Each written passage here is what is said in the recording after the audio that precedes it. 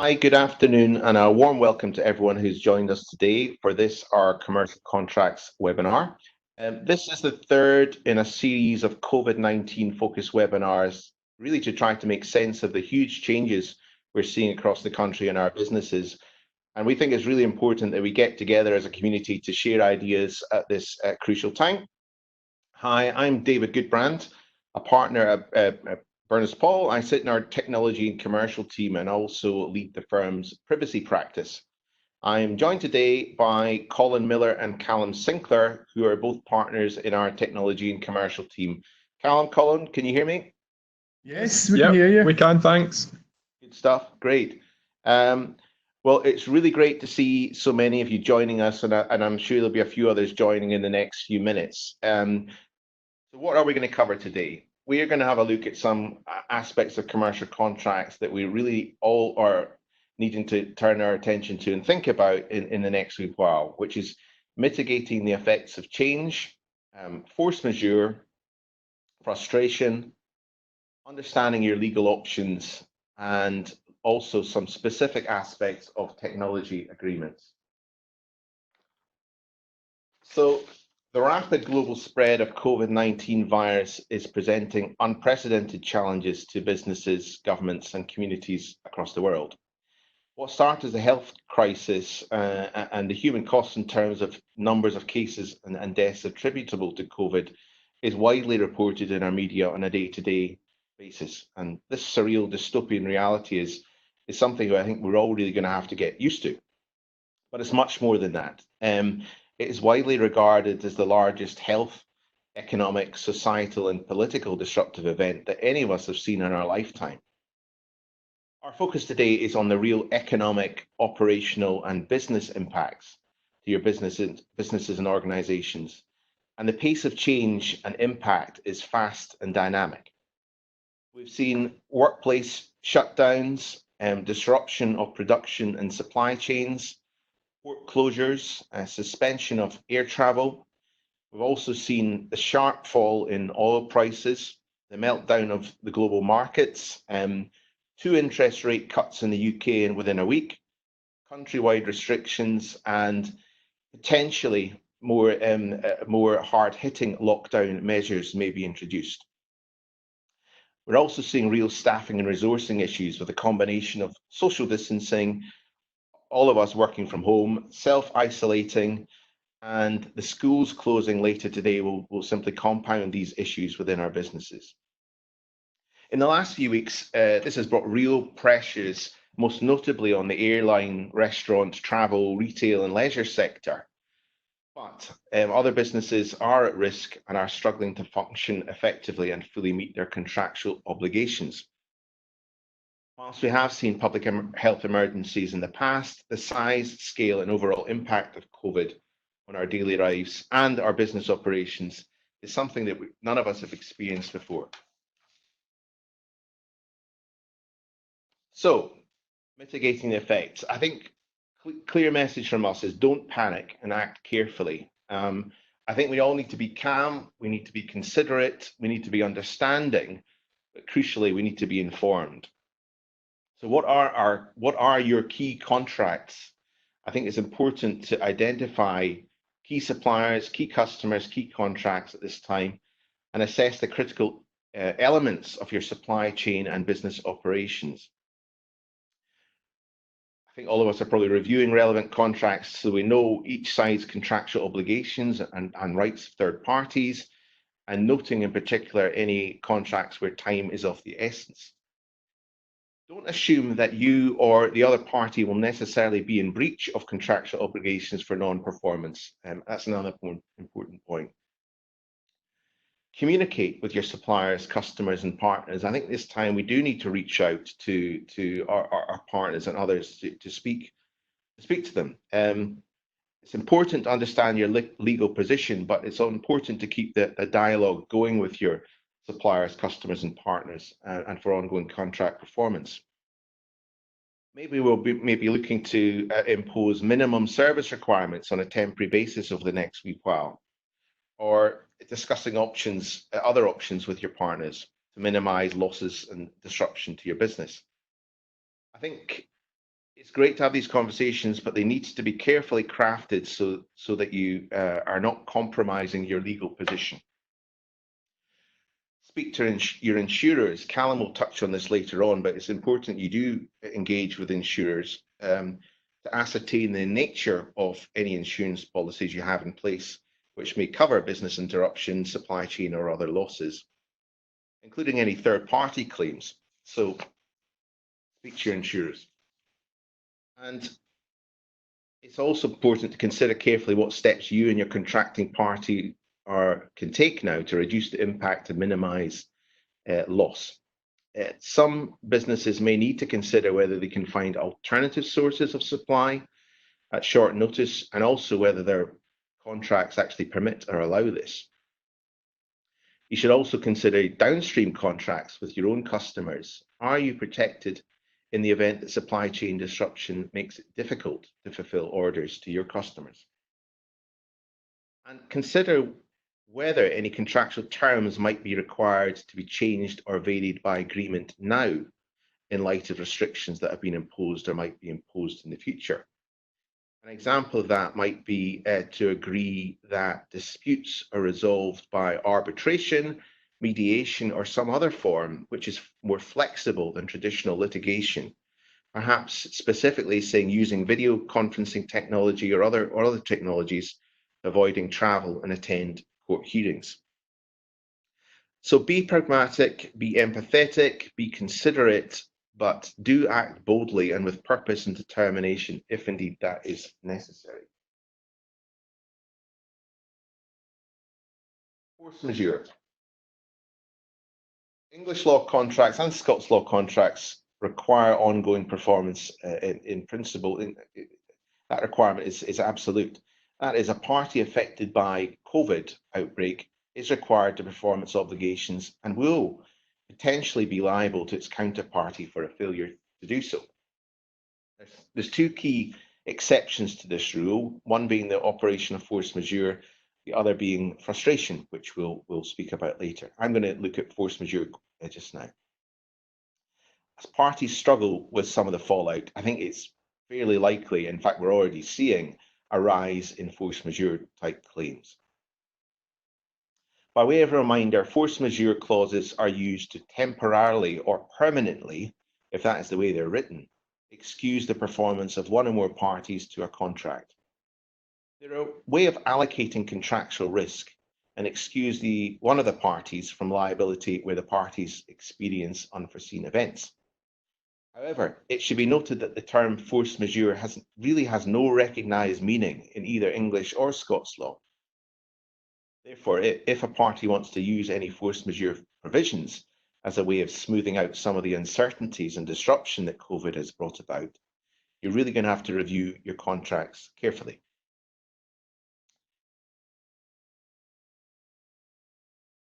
Precise wording of force majeure clauses, and in particular the exact definition of what constitutes a force majeure event, will be a key factor in assessing whether COVID is a force majeure event for your contract. So what does your contract say? The scope of the provision will be key to determining whether it has been triggered by disruption arising out of COVID. So we see broader clauses. These are quite often broadly drafted clauses. Even if there's no express reference to disease epidemics or pandemics, and let's face it, these words are not universally included or haven't been universally included in force majeure clauses to date. Even if you don't have that, COVID may, depending on the circumstances, be regarded as an event beyond the reasonable control of the contracting party, in which case it will be a force majeure event. However, very broad and vague drafting could also be challenged, so it's important that you look at your contracts. Most force majeure clauses will contain catch-all language like outside the reasonable control of the party, and this may be sufficient depending on the circumstances to rely on the clause. Another point to note is that just because one party in the supply chain is protected by a force majeure clause, it doesn't mean that all parties in the chain will be, because there'll be different contracts in place with different wording. So it's important that you look at all of them. narrower clauses. So more narrowly drafted clauses will confer less protection. But the majority of force majeure clauses tend to include references to government action. As a result, if delays or failures to perform can be attributed to government prohibitions or prohibitions on movement of people or goods in certain areas, that may well be sufficient to trigger the clause. As well as clear language to define COVID as a force majeure event, the parties still need to demonstrate that COVID or any knock-on effects has actually caused the failure to perform the contract. So there needs to be a causal connection and need to demonstrate that. Parties will be unlikely to rely on COVID as a way of looking to excuse or delay performance unless there is that connection.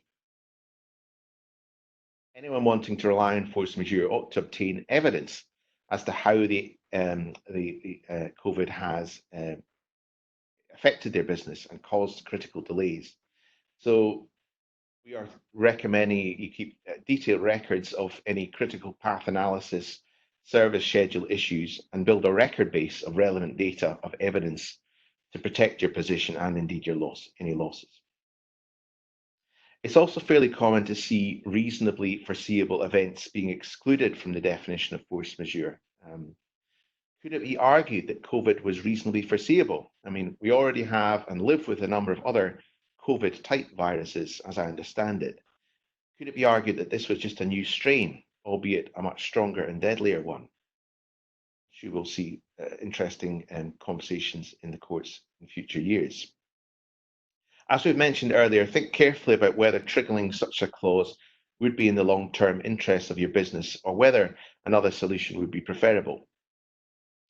And before deciding to pull the trigger, the party wishing to rely on COVID as constituting force majeure ought to think twice.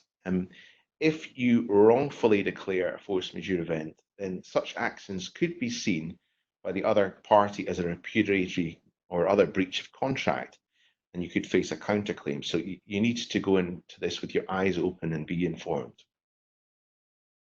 It's also key to note a party that's claiming force majeure relief will usually be under a duty to show that it's taken reasonable steps to mitigate or avoid the effects of force majeure.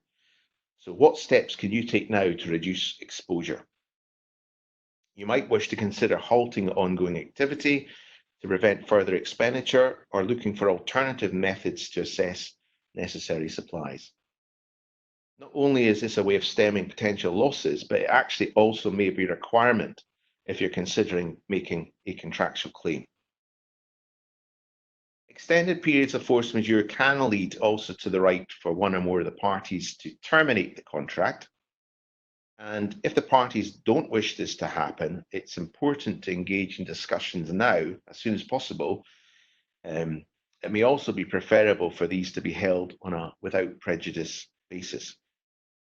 As always, all cases and all contracts will turn on their own facts, as us lawyers like to keep reminding everyone, but this is absolutely true in relation to force majeure and the effects that we're seeing just now. So just some practical steps on force majeure. Take time to think about your options. I think although in an urgent situation, the temptation is to act quickly, it is worth taking some time to consider your options first. So review your force majeure clauses, in particular definitions. Talked about that. Take reasonable steps to avoid and mitigate the effects of COVID. You'll be expected to have taken any reasonable steps, and a failure to do so may undermine your ability to rely upon the clause. Check whether the relevant contract contains any specific requirements as to how the other party to the contract should be notified of the force majeure event. These notification requirements should be followed very carefully. And if they don't work anymore in the current circumstances, we are helping clients at the moment looking to vary contracts. Maybe postal or recorded delivery to a registered office is no longer an effective way of providing notice in the current circumstances. So think about these things. Retain evidence, we've talked about that already. I think it's important to monitor closely the development of COVID-19 and collect documentary evidence in support of the occurrence of any force majeure event. And consider any mandatory regulations or guidance imposed by government from time to time, which, as we all know, is changing on a daily basis, and liaise with contracting parties over compliance and or any necessary variation to contractual obligations or indeed performance requirements. A number of our clients are revisiting and updating their standard contracts and terms and conditions now where appropriate, and that might be appropriate for you right now. Consider whether there's sufficient insurance cover in place. We know insurers are getting absolutely hammered and inundated with calls at the moment, so I'm sure they're very busy places. And finally, formulate and document emergency plans to mitigate the effects of force majeure events. So I'm now going to hand you over to Colin, who's going to speak about frustration.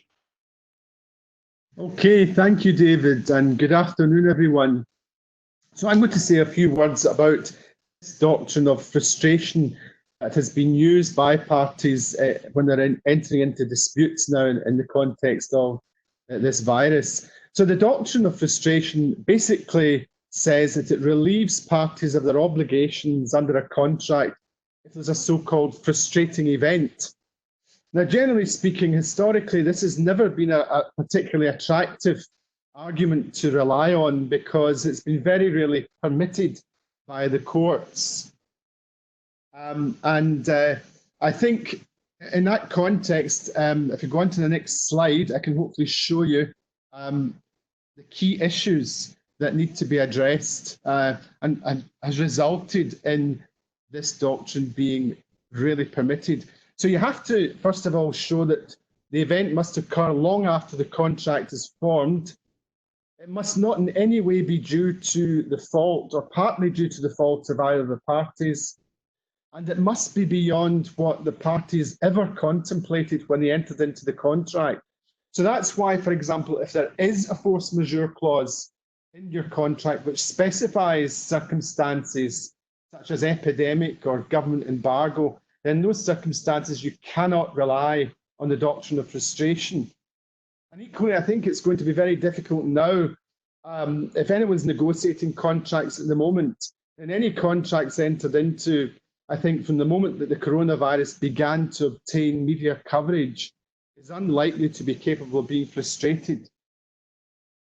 And lastly, the last hurdle is that you have to really establish that this event has rendered the contract completely impossible, illegal, or radically different from what the obligations contemplated at the time of entering into the contract. So it's not really sufficient for the parties to argue that it's more difficult to implement the contract, or it might result in either or both of the parties making a loss.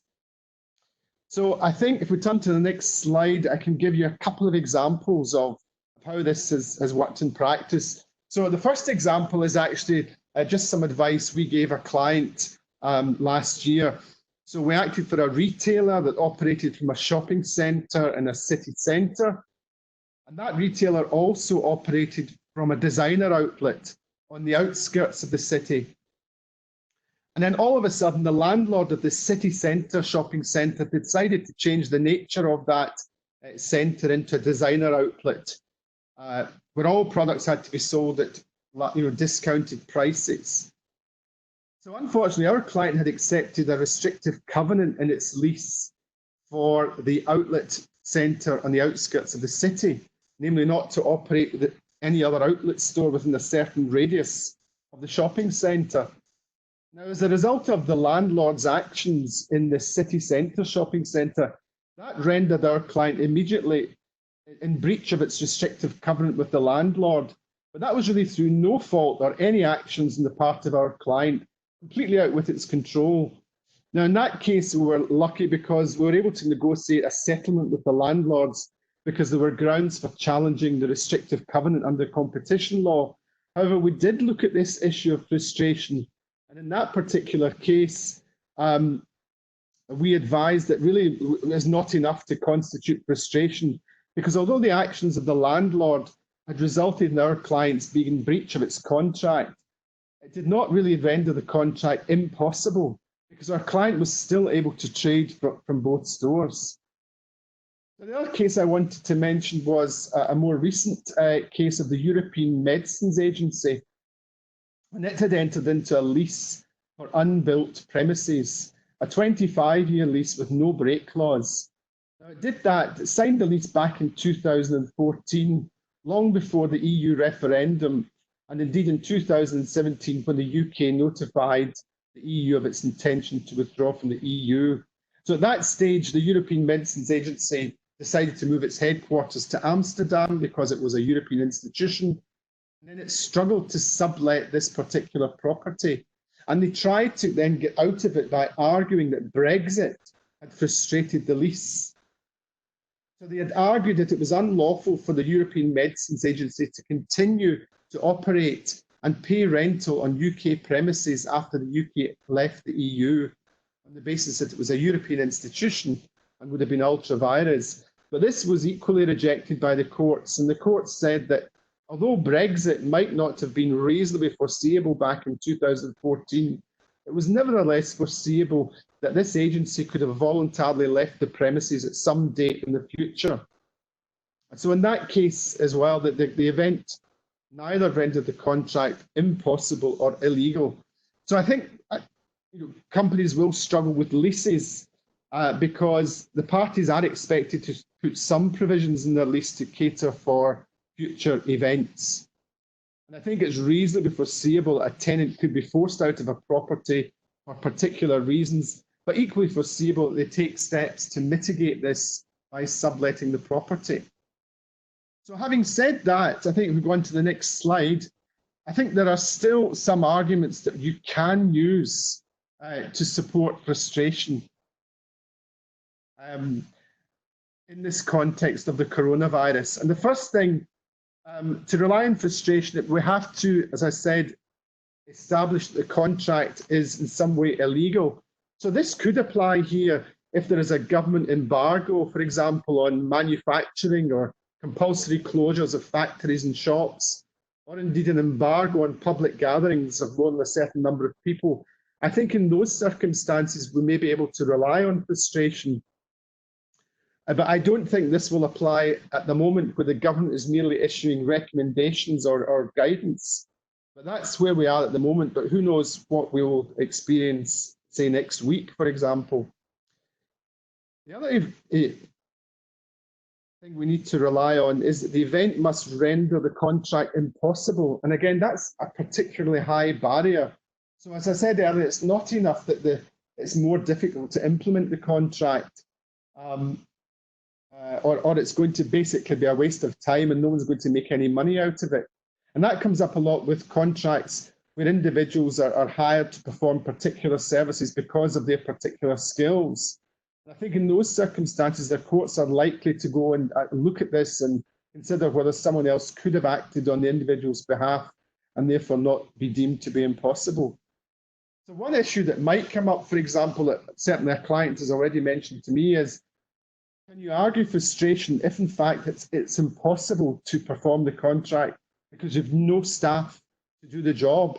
They're either all sick with the virus or unable to come into work or prevented from coming in. So I think even in those circumstances, the courts would still look at the steps that could have been taken to prevent this improbable or undesirable consequence from being regarded as impossible. So the courts might still look at, for example, what steps the individual company had taken to recruit additional staff, people on standby, much in the same way as the NHS, I think, is doing now. So the consequences, I think if you can rely on frustration, which is still a possibility here, and the consequence is that the contract comes to an end immediately. And I think that's in stark contrast to a force majeure clause, which is likely to allow for time to remedy or address the issue before either party can terminate. And that raises that raises issues about financial consequences of frustration. So the law on that is quite clear. I think if you've paid money to the other party under a contract before the frustrating event occurs, then you are entitled to recover that money back, subject to an allowance for any expenses that the other party has incurred. And similarly, if you are obliged to pay money under a contract that is still due to be paid before the contract is discharged, then you do not have to pay that money, although the other party, again, can still recover some sums in respect of any expenses necessarily incurred. So hopefully that gives you an overview of this doctrine of frustration and the circumstances which you may be able to rely on it. What I thought I would do next in the next slide is just say a few words about some of the practical issues that I think you should take into account in managing contractual risks. So there are a few things to look out for, either from the perspective of where you're trying to pull the plug in a contract at the moment, or indeed if you're trying to stop the other party from walking away. What sorts of things should you look for? Well, I think the first thing to look for, which may be in the contract, is change of law clauses. Sometimes these clauses are included and they give you the ability to walk away from the contract if there's any change in the law which might render the performance illegal or difficult. So, for example, if the government has an order to close a factory that manufactures certain products, or there are changes in the law on manufacturing or selling certain products. And that tends to come up in the more regulated sectors, such as energy.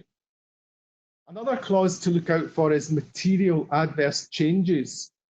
That's quite similar to a force majeure provision, but it's not as onerous. So, for example, the clause will provide that if for any reason you're materially disadvantaged in being able to perform the contract for any reason, then you're entitled to withdraw. And if you're currently negotiating contracts, and these are the sorts of provisions you should be thinking about including in your contract and putting them up for negotiation. Another issue to consider is mitigation. And I think David has already mentioned that it is important to look to see whether there are any obligations which actually require you to mitigate adverse consequences, such as force majeure. Because it might be that if you've not taken the necessary steps to mitigate adverse effects, then you will not be able to rely on, say, force majeure or frustration. So did, for example, you take steps to allow staff to work off-site or to mitigate the risk of them contracting this virus? Was sufficient advice given to workers on hygiene and sanitation? These may be some of the issues you'll need to consider in mitigation. Notification. So, as all of you who work day-to-day in contracts, there are often provisions in contracts requiring either party to notify the other of certain events. So look out for these too. You might be required to tell the other party within a certain period of time that you're experiencing delays or difficulties in manufacture, or indeed a force majeure event which arises. And I think the important point to emphasise here is that if you make an incorrect assessment of these notification obligations, then that might actually deprive you of the remedy that you might otherwise have been entitled to have under the contract, such as the right to walk away. So lastly, I thought I'd just echo something that David has already mentioned, which is when you're looking at the contract and the issue of withdrawing from it, often that will impact on other related contracts. So a failure to perform one particular contract will have implications for other contracts in the supply chain. So for example, if you're organising a conference or an exhibition at a particular venue and you've entered into ancillary contracts with other suppliers and partners relating to that event. So what would happen if the venue decides to cancel? Does that then entitle you to terminate the contract you've entered into with those other organisations? So say, for example, you'd organised a conference at the Scottish Exhibition Centre, but you'd also organised a golf day for delegates at Turnberry and perhaps a dinner at the Glasgow Art Galleries. So if the SECC cancels contract, where does that leave you with your costs under the other contracts? So as David said earlier in connection with force majeure, that will really very much depend on what's in the individual contracts. So to summarise, I think the doctrine of frustration is narrowly construed, but I think there are still some grounds to be explored here and some good reasons that we can use, or you can use in your negotiations with other contracting parties. But I think generally it will be easier to see if there are other specific contract clauses that you can rely on, such as force majeure, or change in the law, or material adverse changes. And I think you should also bear in mind any other provisions in the contract which relate to notification or steps to mitigate adverse effects. So I'm now going to pass over to Callum, who's going to talk about technology contracts. Thanks very much, Colin. And good afternoon, everyone. I hope you and your loved ones are keeping safe and well. It's clear that technology businesses and related contracts are going to be critical for many of us in tiding us through the next few weeks and months. And working from home technologies, the cloud, VPN infrastructure that backs those up, and the IT support arrangements that will keep us running are all key. I was presenting on a webinar on Wednesday alongside the Scottish lead for Microsoft in Scotland, and he was saying that they'd experienced a 600% increase in the use of Microsoft Teams, and that was still going up. And you know, they'd been working hard to ensure that there were no glitches. The issues outlined by David and Colin will generally apply as much to technology contracts as they do to other commercial contracts. But there are some additional factors to think about in typical technology contracts, and I'm going to flag a few of those now. There will be specific issues for particular sectors, for example, FS regulatory issues and public sector regulated procurement issues that we'll not go into today. But there is an FS webinar coming up shortly, so please do drop David, Colin, and myself a note if you're interested in that one. So I've chosen to focus on major bespoke strategic IT contracts such as IT outsource, strategic partner, strategic integration and management, managed service, and other major IT project agreements, as most of the issues I'll be discussing are pertinent to those types of contracts. There are many other types of IT agreements, software license, hardware agreements, app and web development agreements, which we deal with on a day-to-day basis that will be affected by some of the same sorts of issues. For example, for cloud and as a service agreements and terms, there may be issues around ability to hit KPIs and service levels relating to uptime, availability and support, where infrastructure is under strain even for the hyperscale providers. For those able to cope with a significant uplift in demand, customers should benefit from some of the flexibility afforded by the ability to ramp up and down their IT requirements in the cloud, and generally the ability to suspend or terminate use of the services without cause at short notice. However, there's often a concentration risk around cloud providers, and that's something I know that the FCA is particularly aware of just now. So monitoring the financial health of providers generally will be key. So coming back to large-scale and bespoke IT contracts, there are a number of things to watch out for, and the principal ones are on the slide for you now. Taking milestones, delay damages, customer responsibilities first, it may be that the implementation of IT projects and services are delayed by a lack of available key personnel or personnel generally due to illness or their ability to work on client side. Major projects often have prescribed milestone dates to be met, linked to liquidated damages payments where these are missed, for example, for periods of parallel running of systems. And there may also be certain reliefs available to suppliers via a customer responsibilities mechanism, where there are set obligations or dependencies on the customer that cannot be met for the same staff-related or other reasons. As ever, pragmatism is encouraged here, but will always with a clear understanding and sensible planning by reference to contract backstop positions. Relationship dialogue between customers and suppliers about moving of milestone dates, waiver of delay damages or specific reliefs might be appropriate, but it's important that these are genuine, that steps are being taken to mitigate the effects, and that everybody is documenting everything appropriately, whether via change control or otherwise. Be careful of attempts to use COVID-19 as an excuse for other delays, or that there's no inadvertent waiver of rights, for example, to delay damages where milestone dates are moved through change control, and it's essential to take advice there. On service levels, I mean, I've touched on those already, but this could be as simple as ensuring that availability and support KPIs are met, or there could be a more complex points-based KPI dashboard. But it's important that these are kept under review. They may trigger remedies such as service credit payments, and reporting and validation of these is more important than ever. Charges under the contract may be affected by a change in working patterns. For example, if there's a metered charging for provisioning cloud licenses for home working, or for moves, adds and changes as a result of getting IT equipment to employees and contractors' homes.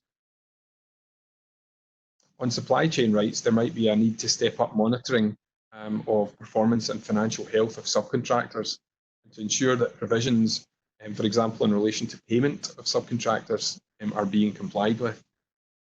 Customers and suppliers must be ready to move quickly to assign or novate subcontracts, or to bring elements of service back in-house to accommodate supplier failure. Contingency supply and planning is key. We're already seeing COVID-19 related questionnaires being sent across to us and to others to test our responses as a firm. Unfortunately, we've got a strong story to tell there, but it's akin to the GDPR style questionnaires that were so prevalent a year or so ago. On business continuity, etc., often major IT contracts will have obligations on suppliers to develop, update and maintain business continuity, disaster recovery and exit plans, and to invoke these at the appropriate time. Now would be a good time to ensure that plans are up to date. Suppliers will no doubt be inundated with requests regarding plans, so it may be that short-form questionnaires to get basic COVID planning for continuity and exit suffices in the meantime. With heightened risk of supplier failure, it's essential that there's a solid understanding of how continuity will be maintained. And if it can't be, ensuring that transition to contingency suppliers is as smooth as possible, and transfer of contracts, assets, people, ensuring no vendor lock-in through problematic IP issues, etc. On suspension, termination and step-in, it's always important to have a good awareness of suspension termination rights for both parties, and that's particularly important at the moment. Whilst everyone is hopeful that pragmatism will prevail, we've already started to see some instances of contract termination, and many more planning to understand rights of suspension and termination. Termination for convenience rights, for non-payment, for breach and performance failures, and on insolvency are obviously all important. And bear in mind that contracts are often drafted with broad definitions of insolvency, allowing for this to be anticipated and for termination actually to occur before actual insolvency occurs itself. Some other less obvious rights may come into play, for example, on change of control, as there may be deals and pre-packs to rescue failing suppliers and indeed customers. Step-in was previously thought to be a pretty nuclear remedy and very unlikely to be exercised. I'm only aware in my career of it being exercised twice, even where it exists in contracts, but these are unprecedented times. On financial distress, a number of large IT contracts, for example, the Cabinet Office CCS GLS Model ICT Services Agreement for major public sector IT projects, have detailed financial distress provisions. These can involve monitoring and reporting of changing credit ratings, escalating reporting requirements, and payment into escrow where businesses get into difficulty. Again, failure to observe these requirements can actually result in termination, whereas observing them can aid prudent planning on both sides as well as contractual compliance. Change control, as mentioned earlier, the circumstances are changing rapidly, and change control and contract variation mechanisms should be used to ensure that changes to contracts are consequently tracked and documented where possible. In theory, you or a court in the event of a dispute should be able to determine the current contract between the parties by consolidating change controls with the baseline contract. If that discipline slips, and we see a lot of this, it may be difficult to interpret what the contract actually says, dangerous in a dispute, particularly in uncertain times. Parties may be seeking cost or service reductions, or perhaps increases for things like cloud services. And change control mechanisms may impose constraints on circumstances where changes can be rejected or accepted by the parties. So, for example, the supplier not being obliged to accept anything that would push them into financial hardship or loss-making provision, as Colin mentioned, or being required to accept change controls except in the event of unlawfulness or technical impossibility. Again, important to be aware of the rights and the rules there. It's unlikely that parties' minds will be focused much on benchmarking exercises at this time, but it is one to bear in mind as we come out the other side of the COVID-19 crisis. There may be a significant drop-off in prices as vendors look to attract new business, which could have an impact on comparative suppliers and services. And this could be a potential opportunity for customers, provided they stick to prescribed mechanisms in the contract and take advice. Equally, even the prospect of benchmarking could present opportunities for a recut deal with a current supplier. As I say, not likely to be one for now, just one to keep an eye on, and hopefully pragmatism and understanding will prevail. Finally, on reporting and audit rights, it's worth closely scrutinising reporting and audit rights in your contracts. Whilst on-site inspections may not be possible at the moment, there's likely to be a step up in requirements to provide information both ways as parties grapple with continuity and service planning for coronavirus. You may be entitled to a lot of information, particularly as a customer from your IT vendor. And if you do have reason to doubt if prices are being inflated or if there's any inaccurate reporting, then there may be certain steps that you or your auditors can take to validate that information. The next slide, please, David. I think I'm about out of time, but I just wanted to say a quick word on a couple of things. On data protection, there have been a number of statements made by the ICO over the past week or so in the UK Information Commissioner's Office. You can see some of those on the slide, but there is some information for data controllers, for data subjects, for health and care practitioners, and also some further information on freedom of information in a public sector context. I won't go into detail on those for now, but the basic message across them all is that the ICO recognises the extraordinary circumstances and the overriding public health interest, and declares that it will be a pragmatic regulator, but is very clear that that's not an excuse for wanton or wholesale abuse of data protection legislation. There is still an expectation of compliance with GDPR principles, including data minimisation, lawful basis, etc. And perhaps just a final word on insurance. Our insurance team is extremely busy at the moment, and there'll shortly be a blog coming out from Andy Forsyth, who leads that team, so do watch out for that on our coronavirus hub on our website at www.burnesspaul.com. There's already a load of useful information and content on there. But in the context of insurance, suffice it to say for now that from a recent ABI statement, which is on the slide there, it's unlikely that most will be covered for coronavirus unless specific add-on cover has been purchased. But certainly worth checking the position with your brokers if you are unsure. So that's really all we have for you now.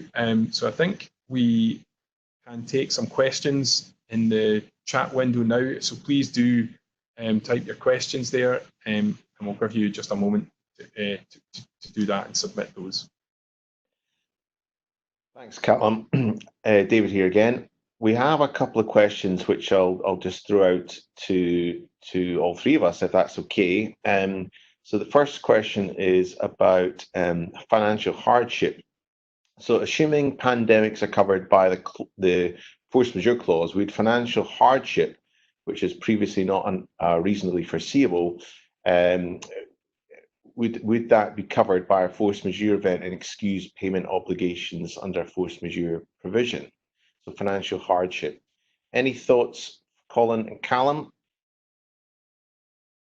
I suppose that the first thing would be, is it preventing the party from fulfilling its obligations under the contract? That's the key thing. The fact that it's causing them financial hardship, my immediate thoughts are that doesn't necessarily stop them from performing their obligations under the contract. I don't know what anyone else thinks on that. Yeah, I would tend to agree with that. I mean, as we're saying, English Scots law contracts require ongoing performance, and that's normally an absolute principle. So financial hardship, it's just more difficult for a counterparty to provide the service or the goods or whatever, it might not necessarily be sufficient to allow for a force majeure event to kick in. And I think, again, it will depend on the circumstances of the particular relationship and also the terms of the contract. But it's one I think you'd have to investigate and look at very carefully before you wanted to rely on that as a basis for terminating or indeed delaying performance under a contract. So a difficult one there, I would say.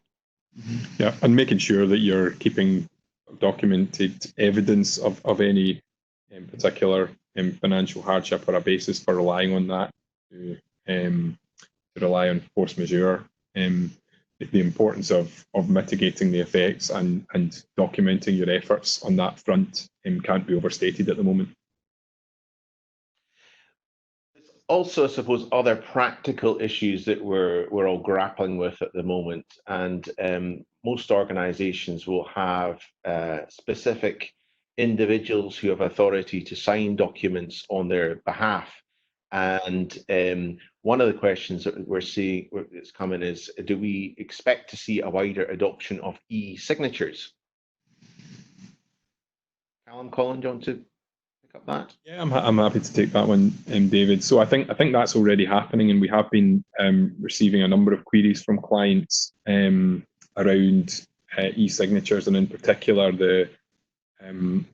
their use in the context of particular transactions and their legal status. So whether advanced electronic signature, qualified electronic signature, and I guess the status of some of the signatures offered by the main platforms like DocuSign and Adobe. And in actual fact, there is quite a lot that can be done by way of electronic signature. And if anybody's interested, we actually have a client briefing note on that very topic in the context of Scots law, I believe, but possibly also English law. So it's important to understand the context, the nature of the documents. There are certain problematic contracts where wet signature is still required. So that's usually certain banking documentation, sometimes certain property documentation. So it's important to understand the context and not just to assume that electronic signature will be okay, but in the vast majority of cases it will be. Whether it has self-proving status or not is another question, but certainly as evidence of concluding a contract, in many cases it will. Yeah, I think that's right. So we'll look at your counterparts clause and look at other clauses in the agreement to ensure that e-signature is an effective way of going about things. Okay, I think we've got time for probably one final question before we draw things to a close. And it's in relation to frustration. And some of the questions we've received is, are there examples of successful claims for frustration of contract where the contract has been proven to be impossible to perform? Yes, I think I'm not aware of any specific decided court decisions on where they've been successful, but I think, as I mentioned earlier on, if the contract is rendered illegal, so I think, if the government imposes an order on companies from they've got to basically close down their factory, or a ban on gatherings of more than a certain number of people, then in those circumstances, I think companies will find it absolutely impossible to perform their obligations under the contract. So I think there will be grounds for successfully arguing the frustration. I think there is a bit of case law as well around events, and particularly in the context of venues burning down and that sort of thing, and then the impact that has on acts that have been booked for them, for example. So that I think there are instances of successful claims for frustration in that context. Great. Well, look, we've covered a lot in the webinar today. We were very keen to ensure that we kept it within an hour. Thank you for everyone for participating and also for the questions coming through. This is clearly unprecedented times, and as I said at the outset, I think it's really important that we all keep together as a community and share ideas and thoughts. And on that note, as Callum was mentioning, we've got a lot of really useful information on our website, and we'll be sending out various blogs and other information over the next few days as and when the situation changes. It clearly is a dynamic situation. So wish you all well, safe and sound weekend, and look forward to working with you in the next few weeks and months. Thank you. Thanks very much. Thanks. Thank you.